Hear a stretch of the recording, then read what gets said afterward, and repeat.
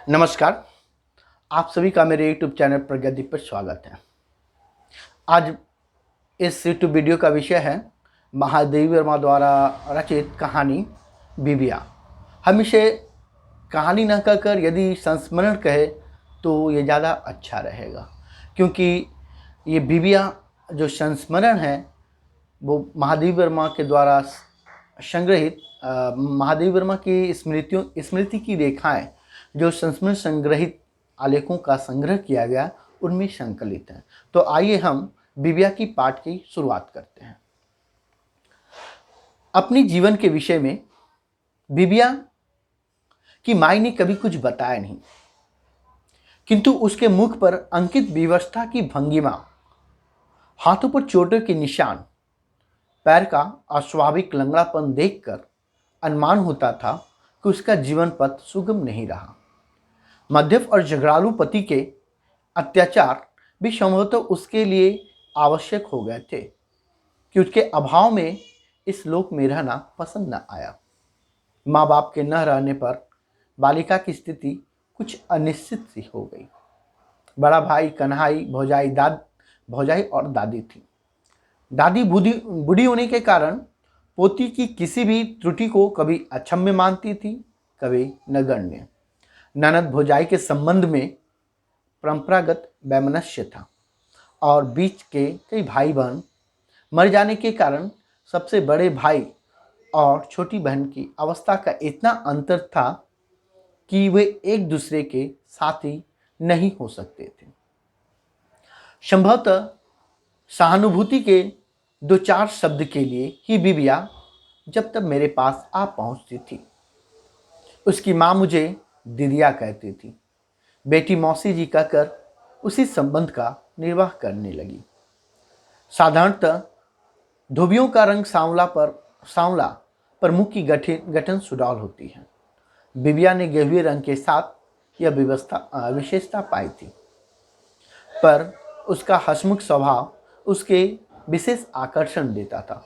छोटे छोटे सफ़ेद दांतों की बत्ती सी निकलती ही रहती थी। बड़ी आंखों की पुतलियां मानो संसार का कोना कोना देख आने के लिए चंचल रहती थी। सुडौल गठीली शरीर वाली बिबिया को धोबिन समझना कठिन था, पर वह थी तो धोबिनों में भी सबसे अभागिन धोबिन। ऐसी आकृति के साथ जिस आलस्य या सुकुमारता की कल्पना की जाती है उसका बिबिया में सर्वथा अभाव था। वस्तुतः उसके समान परिश्रमी खोजना कठिन होगा। अपना ही नहीं, वह दूसरों के काम करने में भी आनंद का अनुभव करती थी। दादी की मुट्ठी से झाड़ू खींचकर वह घर आंगन बुहारती, भौजाई के हाथ से लोई छीनकर वह रोटी बनाने बैठ जाती और भाई की उंगलियों से भारी इस्त्री छुड़ाकर स्वयं कपड़ों की तह पर इस्त्री करने लगती। कपड़ों में सज्जी लगाना, भट्टी लगाना, लादी ले जाना, कपड़े धोना, सुखाना आदि कामों में वह सबसे आगे रहती। केवल उसके स्वभाव में अभिमान की मात्रा इतनी थी कि वह दोष की सीमा तक पहुंच जाती थी। अच्छे कपड़े पहनना उसे अच्छा लगता था और यह शौक ग्राहकों के कपड़ों से पूरा हो जाता था। गहने भी उसकी मां से कम नहीं छोड़े थे। विवाह संबंध उसके जन्म से ही पहले ही निश्चित हो गया था। 5वें वर्ष में ब्याह भी हो गया, पर गौने से पहले ही वर की मृत्यु ने इस संबंध को तोड़कर जोड़ने वालों का प्रयत्न निष्फल कर दिया। ऐसी परिस्थिति में जिस प्रकार उच्च वर्ग की स्त्रियों का गृहस्थ बसा लेना कलंक है, उसी प्रकार नीच वर्ग की भी स्त्री का अकेला रहना सामाजिक अपराध है। कन्हई यमुना पार देहात में रहता था, पर बहन के लिए उसने उस पार का धोबी ढूंढा। एक शुभ दिन पुराने वर्ग का अस्थानापन अपने संबंधियों को लेकर भाभी ससुराल पहुंचा। एक बड़े डेग में मांस बना और बड़े कड़ाह में पूड़ियां छिली। कई बोतलें ठर्रा शराबें आईं और तब तक नाच नरंग होता रहा जब तक बाराती धराती सब औंधे मुंह न लुढ़क पड़े। नई ससुराल पहुंच जाने के बाद कई महीनों तक बिबिया दिखाई नहीं दी। मैंने समझा कि गृहस्थी बसाने में व्यस्त हो गई होगी। कुछ महीने बाद अचानक एक दिन मैंने कुचले कपड़े पहने हुए बिबिया आ खड़ी हुई। उसके मुख पर छाई आ गई थी और शरीर दुर्बल जान पड़ता था, पर न आंखों में विषाद के आंसू थे, न होठों पर सुख की हंसी, न उसकी भावभंगिमा में अपराध की स्वीकृति थी और न निरपराधी की त्याग न्याय याचना। एक निर्विकार उपेक्षा ही उसके अंग अंग से प्रकट हो रही थी। जो कुछ उसने कहा उसका आशय था कि वह मेरे कपड़े धोएंगी और भाई की ओसारे में अलग रोटी बना लिया करेगी। धीरे धीरे पता चला कि उसके घर वाले ने उसे निकाल दिया है। कहता है ऐसी औरत के लिए मेरे घर में जगह नहीं, चाहे भाई के यहाँ पड़ी रहे चाहे दूसरे का घर ले ले। चरित्र के लिए बिबिया को यह निर्वासन मिला होगा, यह निस्संदेह स्वाभाविक था, पर मेरा प्रश्न उसकी उदासीनता के कवच को भेद कर मर में इस तरह चुभ गया कि वह फपक कर रो उठी।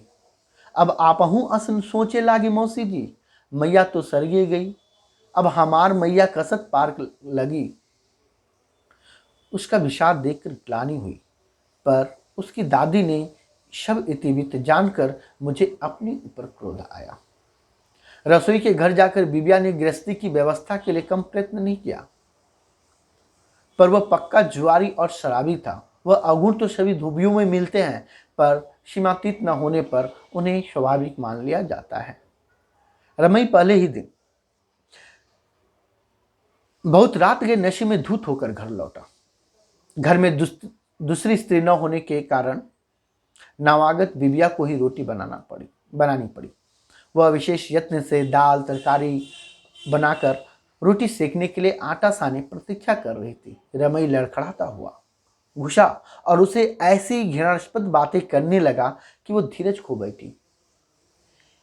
एक तो उसके मिजाज में वैसी तेजी अधिक थी और दूसरे यह तो अपने घर अपने पति से मिला अपमान था। बस वह जलकर कह उठी, चुल्लू भर पानी में डूब मरी, ब्याहता मेहरारू से अत बतियात हो जानो, बसवा के आए हो छी छी छी। नशे में बेसुध होने पर भी पति ने अपने आप को अपमानित अनुभव किया। दांत निपोर और आंखें चढ़ाकर उसने अवज्ञा से कहा, ब्याहता एक तो अच्छा लिहीन, ब्याहता एक तो वचलीन, अब दूसरे के घर आई है, सत्ती छित्ता बने खातिर धन भाग पर नाम पलांगी। क्रोध न रोक सकने के कारण बिबिया ने चिमटा उठाकर उस पर फेंक दिया। बचने के प्रयास से वह लटपटाकर औंधे मुंह गिर पड़ा और पत्नी ने भीतर की अंधेरी कोठरी में घुसकर द्वार बंद कर लिया। सवेरे जब वह बाहर निकली तब घर वाला बाहर जा चुका था। फिर यह क्रम प्रतिदिन चलने लगा। शराब के अतिरिक्त उसे जुए का भी शौक था। वह शराब की लत से भी बुरा है। शराबी होश में आने पर मनुष्य बन जाता है, पर जुआरी कभी होश में आता ही नहीं, अतः उसके संबंध में मनुष्य बनने का प्रश्न ही नहीं उठा। रमई के जुए के साथी अनेक वर्गों से आए थे। कोई काची, कोई मोची, कोई जुलाहा, कोई तेली था। हार जीत की वस्तुएं विचित्र होती थी। कपड़ा, जूता, रुपया, पैसा, बर्तन आदि में से तो आदि जो हाथ में आया वही दांव पर रख दिया जाता था। कोई किसी की घरवाली की हंसली जीत लेता, कोई किसी की पुतोह के झुमके, कोई अपनी बहन की पहुंची हार जाता और कोई नातिन के कड़े। सारांश यह है कि जुए के पहले चोरी डकैती की आवश्यकता भी पड़ जाती थी। एक बार रमई के जुए के साथी मियाँ करीम ने गुलाबी आंखें तरेर कर कहा, अरे दोस्त, तुम तो अच्छी छोकरी हथिया लाए हो, उसी को दांव पर क्यों नहीं रखते? किस्मत पर होंगे तो तुम्हारे सामने रुपए पैसे का ढेर लग जाएगा। इस प्रताप का सबने मुक्त कंठ से समर्थन किया। रमई बिबिया को रखने के लिए प्रस्तुत भी हो गया, पर न जाने उसे चिमटा का स्मरण हुआ या लुआठी की वह स्मरण हुआ हो या लुआठी के वह रुक गया। बहाना बनाया, आज तो रुपया गांठ में है, न होगा तो मेहरारू और किस दिन के लिए है।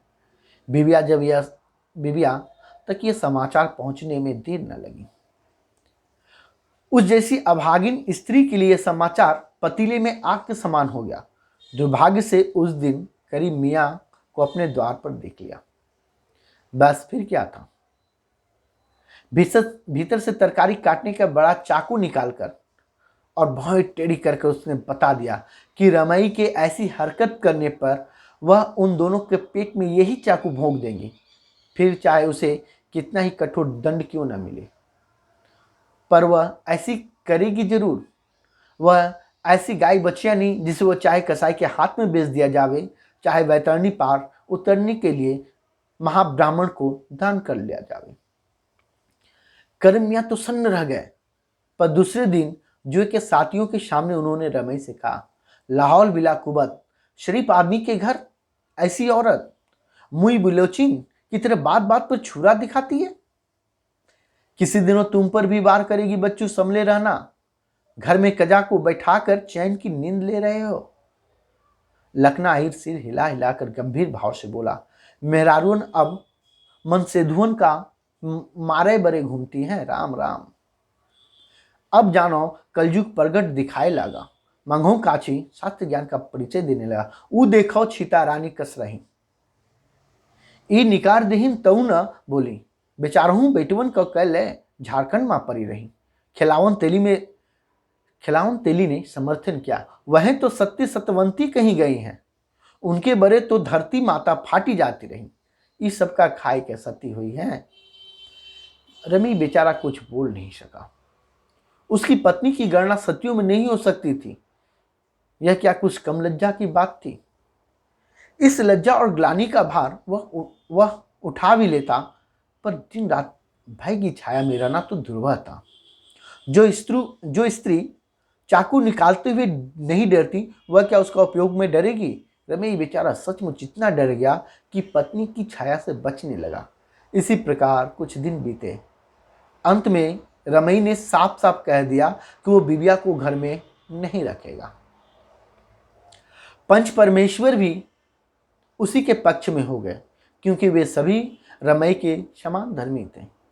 यदि उनके घर में ऐसी विकट स्त्री होती जिसके सामने वे न शराब पीकर जा सकते थे न जुआ खेलकर, तो उन्हें भी यही करना पड़ता। निरुपाय बिबिया घर लौटाई और सदा के समान रहने लगी।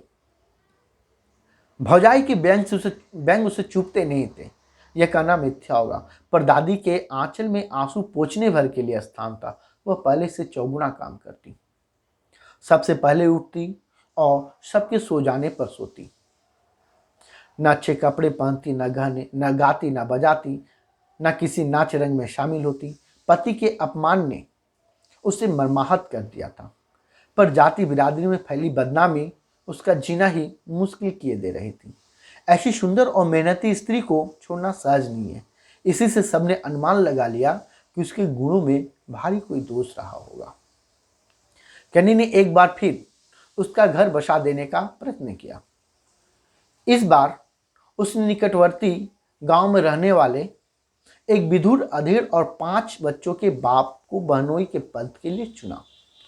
पर बिबिया ने बड़ा कोलाहल मचाया, कई दिन अनशन किया, कई घंटे रोती रही, दादा अब हम न जाब, चाहे मुड़ फोरी के मर जाब, मुदा माई बाबा कर देहरिया ना छुड़ाब, आदि आदि कहकर उसने कन्हई को निश्चय से विचलित करना चाहा, पर उसके सारे प्रयत्न निष्फल हो गए। भाई के विचार में युवती बहन को घर में रखना आपत्ति मोल लेना था। कहीं उसका पैर ऊंचे नीचे पड़ गया तो भाई का हुक्का पानी बंद हो जाना स्वाभाविक था। उसके पास इतना रुपया ही नहीं था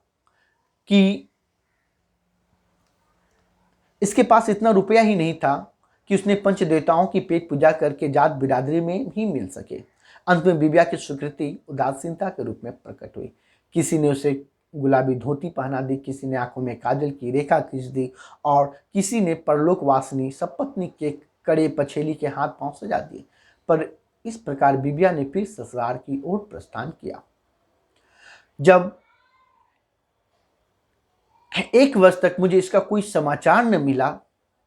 तब मैंने आश्वस्त होकर सोचा कि वह जंगली लड़की अब पालतू हो गई। मैं ही नहीं, उसके भाई भौजाई दादी आदि संबंधी भी जब कुछ निश्चिंत हो चुके, तब एक दिन अचानक सुना कि वह घर फिर नहर लौट आई है। इतना ही नहीं, इस बार उसके कलंक की कालिमा और अधिक गहरी हो गई थी। पर मेरे पास वह कुछ कहने सुनने नहीं आई। पता चला वह न घर की कोई काम करती है और न बाहर ही निकलती है। घर की उसी अंधेरी कोठरी में, जिसके एक कोने में गधे के लिए घास भरी रहती है और दूसरे में ईंधन कोयले का ढेर लगा रहता है, वह मुंह लपेटे पड़ी रहती है। बहुत कहने सुनने पर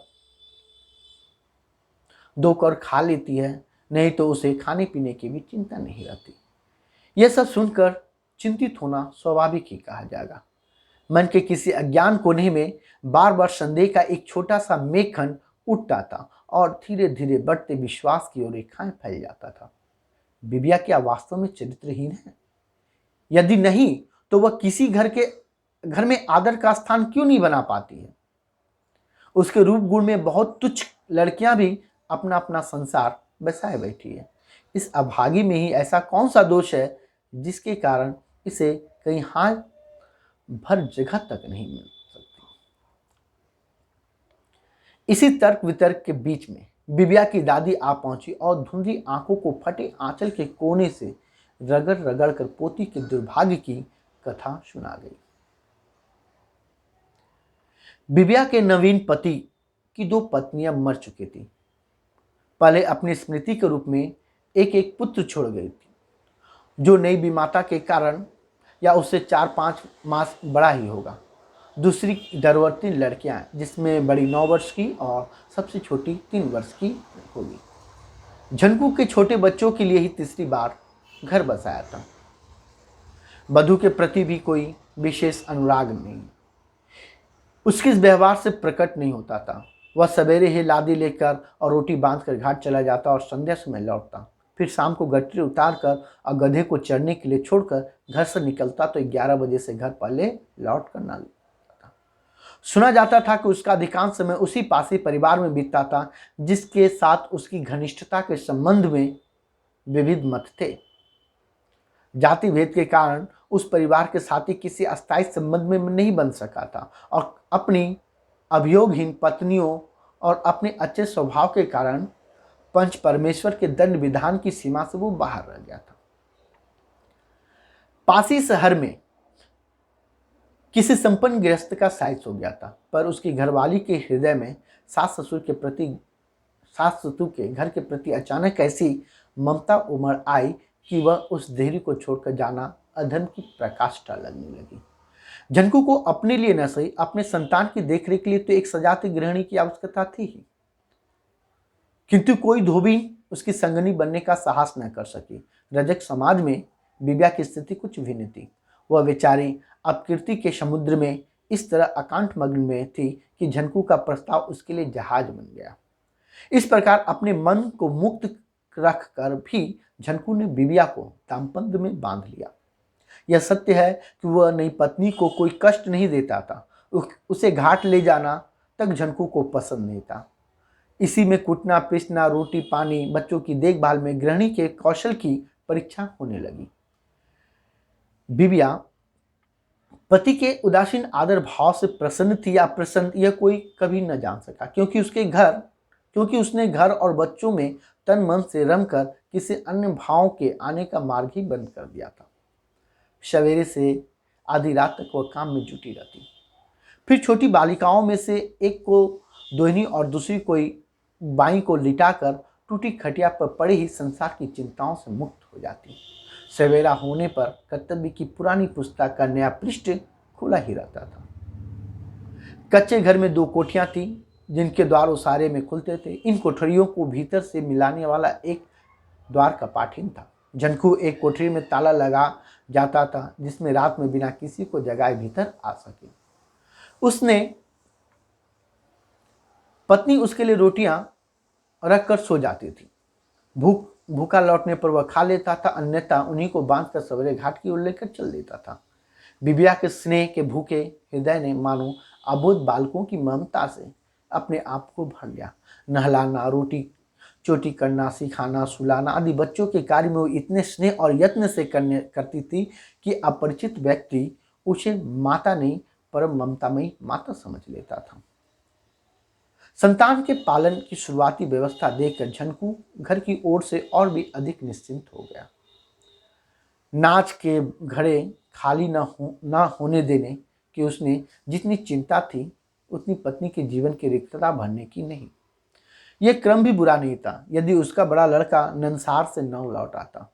माँ के स्वभाव और पिता के उदासीन भाव के कारण वह एक प्रकार से आवारा हो गया था।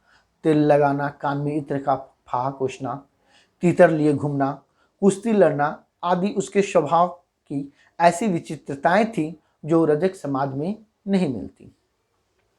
धुबी जुआ खेलकर या शराब पीकर भी न भले आदमी की परिभाषा के बाहर जाता है और न अकर्मण्यता या आलस्य को अपनाता है। उसे आजीविका के लिए जो कार्य करना पड़ता है उसमें आलस्य या बेईमानी के लिए स्थान ही नहीं रहता। मजदूरी के समय में से कुछ क्षणों का अपव्यय करके या खराब करके अपने काम करके बच सकता है, पर धोबी ऐसा नहीं कर पाता। उसे ग्राहक को कपड़े ठीक समय पर लौटाने होंगे, उजले धोने में पूरा परिश्रम करना होगा, कलप स्त्री की औचित्य का प्रश्न न भूलना होगा। यदि वह इन सब कामों के लिए आवश्यक समय का अपव्यय करने लगे तो महीने में 4 खेप न दे सकेगा और परिणाम तो जीविका की समस्या उग्र हो उठेगी। इसी कर्म तत्परता ऐसी सामान्य विशेषता जो है सब प्रकार के भले बुरे धोबियों में मिलती है। इसकी मात्रा में अंतर हो सकता है पर इसका नितांत अभाव अपवाद है। झनकू का लड़का भीकन ऐसा ही अपवाद था। पिता ने प्रयत्न करके एक गरीब धोबिन की बालिका से उसका गठबंधन कर दिया था, किंतु जामाता को सुधरने न देख उसने अपनी कन्या के लिए दूसरा कर्मठ पति खोजकर उसी के साथ गौनी की प्रथा पूरी कर दी। इस प्रकार भीकन गृहस्थ भी न बन सका, सदगृहस्थ बनने की तो बात ही दूर रही। पिता स्वयं स्थिति में नहीं था कि पुत्र को उपदेश दे सकता था, पर अंत में उसके व्यवहार से थक कर उसे निर्वासन का दंड दे डाला। इस प्रकार बीमाता के आने के समय वह नाना नानी के घर पर रहकर ही तीतर लड़ाने, पतंग उड़ाने में विशेषज्ञता प्राप्त कर लिया था।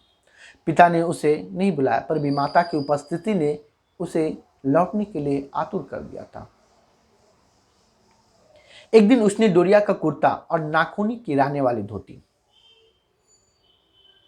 पहनकर बड़े यत्न से बुलबुलीदार वाल संवारे, तब एक हाथ में तीतर का पिंजरा और दूसरे में बहनों के लिए खरीदी हुई लैया फरारी की पोटली लिए वह द्वार पर आ खड़ा हुआ। पिता घर पर नहीं था, पर बीमाता ने सौतेले बेटे के स्वागत सत्कार में त्रुटि नहीं होने दी। लोटे भर पानी में खांड घोलकर उसे शरबत पिलाया, दाल के साथ बैगन का भरता बनाकर रोटी खिलाई और दूसरी कोठरी में खटिया बिछाकर उसके विश्राम की व्यवस्था कर दी। पिता पुत्र का साक्षात स्नेह मिलन नहीं हो सका, क्योंकि एक ओर अनिश्चित आशंका थी और दूसरी ओर निश्चित अवज्ञा। झनकू ने उसे स्पष्ट शब्दों में बता दिया था कि भले मानस के समान न रहने पर वह उसे तुरंत बाहर निकाल करेगा। भीकर ने ओट बिचकाकर, आंख मिचकाकर और अवज्ञा से मुंह फेंकर पिता का आदेश तो सुन लिया, पर भले मानस बनने के संबंध में अपनी कोई स्वीकृति नहीं दी। चरित्रहीन व्यक्ति दूसरों पर जितना संदेह करता है उतना सचरित्र नहीं। झनकू भी इसका अपवाद नहीं था। अब तक जिस पत्नी के लिए उसने रत्ती भर चिंता या कष्ट नहीं उठाया, उसी की पहरेदारी का पहाड़ सा उसका भार उसके सुख से ढोने लगा। समय पर घर लौट आता, पुत्र पर कड़ी दृष्टि रखता और पत्नी के सद्व्यवहार में परिवर्तन खोजता रहता, पर पिता की सतर्कता की अवज्ञा करके पुत्र बीमाता के आसपास मंडराता रहता। जहां वह बर्तन मांजती वहीं वह तीतर चुगाने बैठ जाता। जब वह कपड़े सुखाती तभी बाहर नंगे बदन बैठकर मांसल हाथ पैरों में तेल मलता। जिस समय पानी का घड़ा भरकर लौटती उसी समय वह महुए से छतनार वृक्ष की ओट में छिपकर गाता, धीरे चलो गगरी छलक न जाए। एक दिन रोटी खाते समय उसी सरसता इस सीमा तक पहुंच गई कि बीमाता लुआटी चूल्हे से खींचकर बोली, हम तुम्हार बाप का मेहरारू हैं, अब भाका को भाका सुनम तो तुहार पिठिया के चमड़ी न बची। विमाता के इस अभूतपूर्व व्यवहार से पुत्र लज्जित न होकर क्रुद्ध हो उठा। इस प्रकार के पुरुषों को अपनी नारी मोहिनी विद्या का बड़ा गर्व रहता है। किसी स्त्री पर उस विधा का प्रभाव न देखकर उसके दम्भ को ऐसा आघात पहुंचा कि वे कठोर प्रतिशोध लेने के लिए भी नहीं हिचकते। विमाता के उपदेश की प्रतिक्रिया ने एक अकारण द्वेष को अंकुरित करके उसे पनपने की सुविधा दे डाली। जहां तक विद्या का प्रश्न था, वह पति के व्यवहार से विशेष संतुष्ट न होने पर भी रुष्ट नहीं थी। अभिमानी व्यक्ति अवज्ञा के साथ मिले हुए अधिक स्नेह का तिरस्कार कर वितरागता के साथ आदर भाव को स्वीकार कर लेता है। झनकू के पत्नी में अनुराग न रहने पर भी अन्य धोबियों के समान उसका अनादर नहीं किया। यह विशेषता बिबिया जैसी स्त्रियों के लिए स्नेह से अधिक मूल्य रखती थी। इसी से वह रोम रोम से कृतज्ञ हो उठी। उसके क्रूर अदृष्ट ने यदि परिहास में यह सौतेला पुत्र न भेज दिया होता तो उसी घर में संतोष के साथ शेष जीवन बिता देती, पर उसके लिए इतना भी सुख दुर्लभ न हो सका। भिकन के व्यवहार में अब विमाता के प्रति एक ऐसा कृत्रिम घनिष्ठ भाव व्यक्त होने लगा कि वह आतंकित हो उठा। घर की अशांति न भंग करने के विचार से उसने गृह स्वामी के विकट कोई अभियोग की उपस्थित नहीं किया, पर अपने मौन के कठोर परिणाम तक उसकी दृष्टि नहीं पहुंच सकी।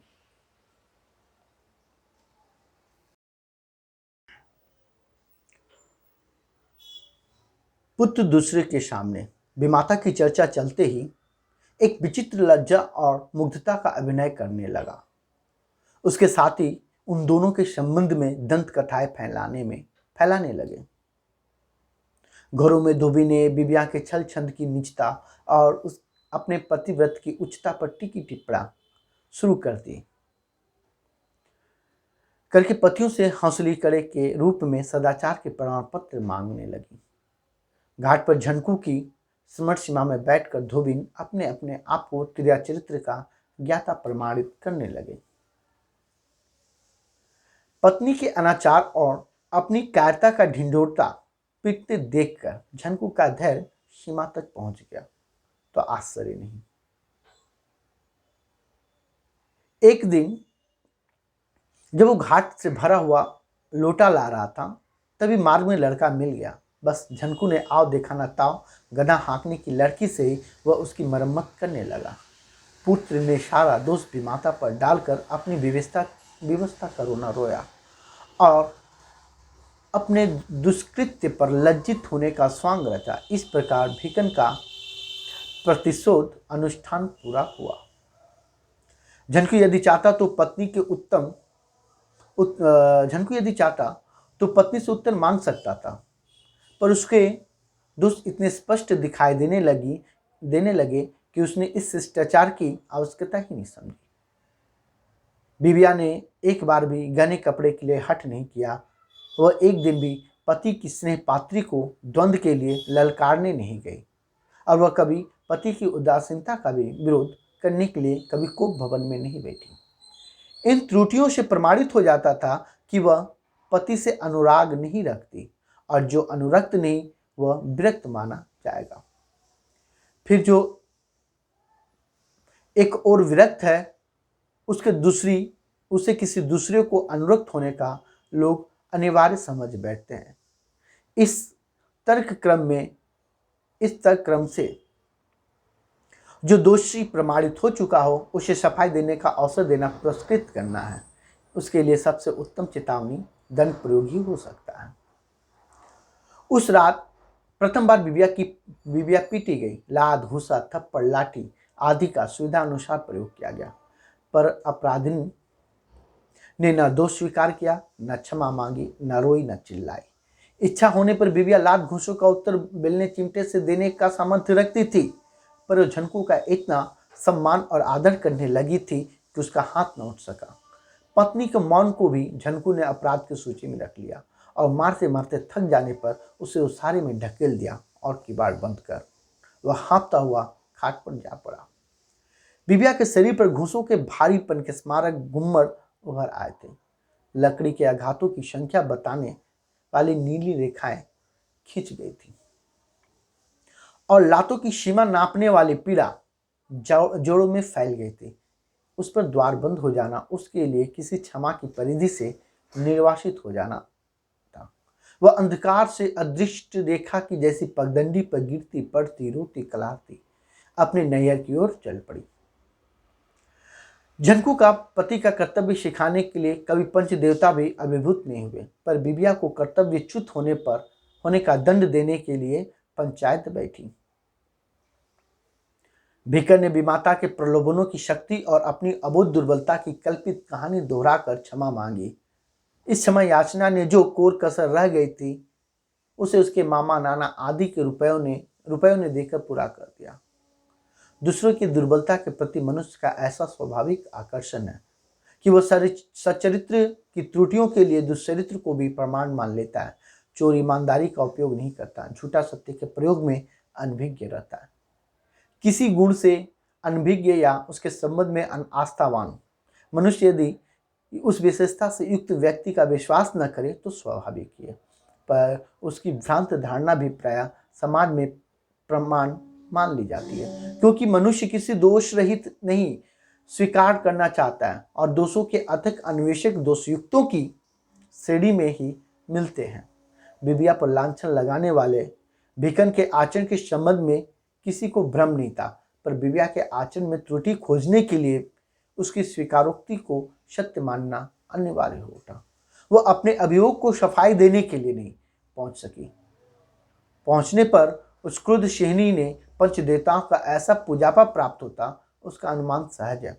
बिबिया की दादी मर चुकी थी, पर भाई चिर दुखनी बहन को घर से निकाल देने का साहस न कर सका। इसी से बिरादरी में उसका हुक्का पानी भी बंद हो गया।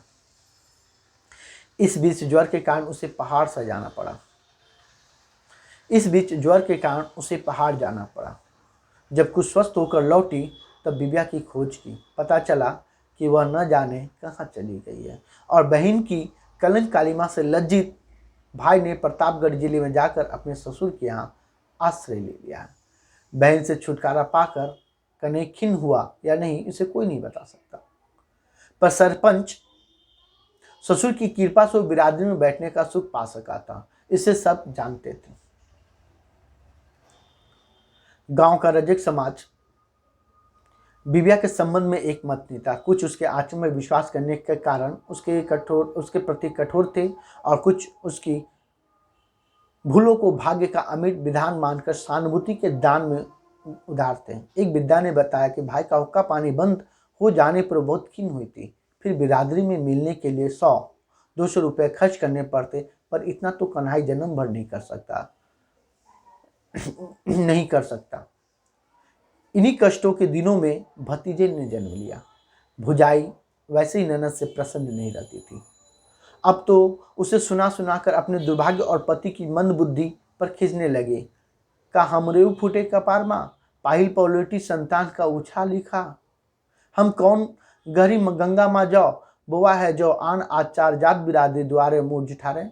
पराय पाप बड़े हमार घर उजड़ीगा, जिनकर न घर न द्वार उनका का दुश्मन। कै गिरस्ती बिगैर काक चाहिए, शर्मदारन के बड़े तो चुल्लू भर पानी बहुते हैं। इस प्रकार की सांकेतिक भाषा में छिपे व्यंग सुनते सुनते एक दिन बिबिया गायब हो गई।